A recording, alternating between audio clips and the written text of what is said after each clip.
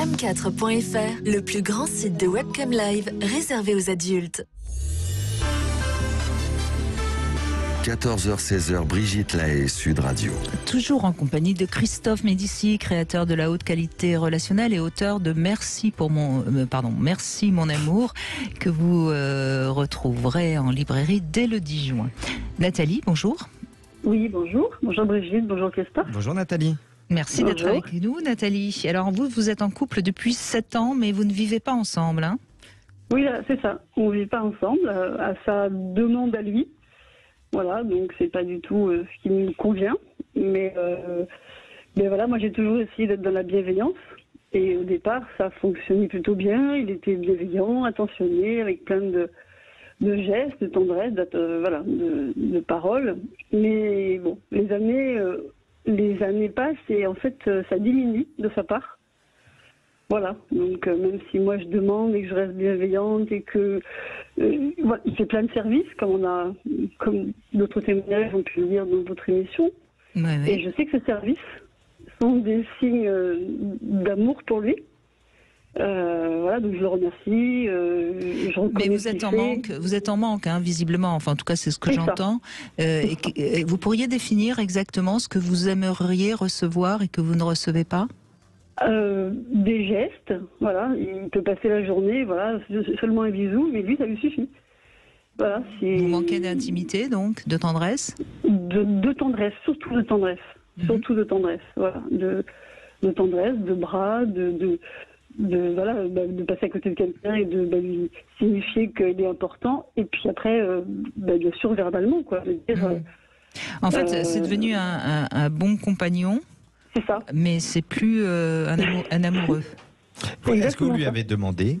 Ah ben oui, Nathalie. mais alors c'est très compliqué. Et qu'est-ce qu'il répond? Comment il réagit? Que, oh là là, s'il faut penser à tout ça, c'est trop compliqué. Ah ouais, mais attends. Excuse-moi, c'est des béabas de l'amour, ouais. Et bien voilà, alors moi j'essaie d'expliquer avec les mots de la bienveillance, puis de lui poser la question, qu'est-ce que toi tu attends d'un couple? Au début c'était pas comme ça, c'était donc naturel pour toi, voilà, qu'est-ce que tu attends d'un couple? Et lui, il sait pas répondre. Et donc, une fois, je suis perdue parce que je me dis... Nathalie, ce qu'il faut que vous compreniez, c'est que quelque part, et d'ailleurs c'est pas inintéressant puisqu'il n'a pas voulu que vous viviez ensemble, hein, donc il vous a quand même dès le début tenu à distance, même si il avait la tendresse et les mots doux. Il a quelque part lui aussi une protection. Hein, on s'engage pas totalement, on garde quelque part son espace à soi. Donc. Et petit à petit, comme vous êtes super gentil, voilà, je suis là-dedans, on va dire bienveillante. J'essaie d'être que bienveillante. Hein, bon. Voilà. Vous êtes acquise totalement, et donc il a plus d'efforts. Alors, je pense pas qu'il faisait des efforts au début, mais il avait envie de vous prouver à quel point il avait besoin de vous, qu'il tenait à vous, etc. Mais là, ça y est, vous êtes tellement acquise. Pourquoi il continuerait, vous voyez? C'est ce que j'ai compris. Donc c'est à vous maintenant de lui faire un tout petit peu peur. Mais pas de manière trop forte non plus. Faire des câlins, un petit peu de mise à la rupture. Non, parce que c'est pas la nature de Nathalie de toute façon. Et puis il n'est pas question de poser un ultimatum. Mais vous voyez, il faut juste un tout petit peu.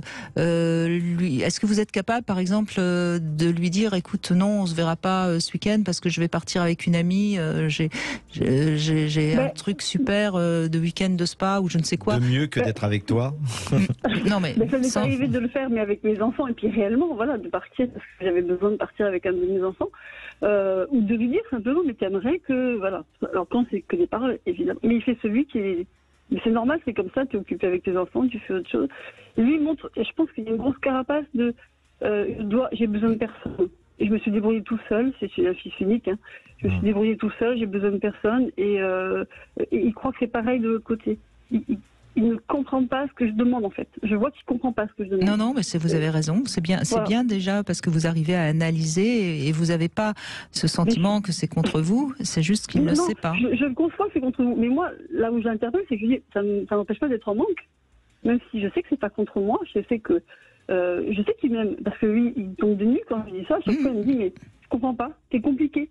Voilà. Mais voilà. si je peux me permettre, Nathalie, moi ce que je sens, c'est que de facto, vous n'avez pas les mêmes besoins. C'est ça. Et donc il y a un conflit de besoins là, dans la C'est ça. relation de couple. Vous n'avez pas les mêmes besoins, et lui et vous. Lui, ça va, il est, Oui, lui, il est cool, lui. complètement Il est dans sa zone de confort, lui. C'est vous qui êtes pas bien. Lui, ça va, il est dans sa zone de confort. C'est ce que je dis. Et alors, comment on peut régler ça? Parce que ça devient... ça vous fait vraiment souffrir de plus en plus? Moi, j'ai réglé ça, surtout cette année. C'est pour ça que je pense à comment on remercie, comment on est dans la bienveillance. J'ai pris la décision de moi m'en éloigner, en fait. Mon besoin. Prenez du C'est malheureusement ce que j'allais vous dire, c'est que de toute façon, vous allez tout doucement vous éloigner. Ouais. Et pour peu que vous ayez autour de vous un homme qui soit plus bienveillant, il risque de vous prendra perdre. sa place. Et c'est ça que c'est peut-être ce qu'il faut vraiment lui dire clairement. Je pense pas que malheureusement que ça le fera changer, mais c'est peut-être ce qu'il faut lui dire clairement. Oui, mais c'est vrai, c'est un peu ça. C'est un peu quelqu'un qui. Mais au départ, moi, j'étais très claire parce que c'est pas ma première histoire. Ça fait 7 ans, mais j'ai 4 enfants d'un autre homme et avec qui ça s'est mal passé aussi parce que je suis peut-être trop dans le. Moi, je dis, je suis trop dans le don. Les enfants me le reprochent. Hein. Peut-être trop dans le don. Tu te fais avoir, maman. C'est. Et puis je vois pas. Mais au début, là, j'ai été claire. J'ai dit, moi, la vie, c'est pas chacun chez soi parce que j'ai besoin de partager au quotidien. Il était d'accord. Puis après le reste était naturel, c'était bien, c'était des attentions. Oui, mais sauf qu'il vous a piégé puisque vous ne vivez pas ensemble. Donc il n'a pas respecté votre besoin fondamental. Et ça, à plus ou moins long terme, c'est toujours dangereux. Donc moi je pense qu'il faut que vous ayez une discussion très claire avec lui pour qu'au moins il soit prévenu et on verra si ça le fait changer. Je suis pas très optimiste, mais on sait jamais. Merci Nathalie en tout cas. Merci Christophe Médici. Merci je rappelle qu'on peut vous retrouver sur la haute qualité relationnelle sur votre site. Tout de suite, bien sûr, vous retrouvez C'est votre avenir et demain c'est Philippe Arlin et on parlera de sodomie.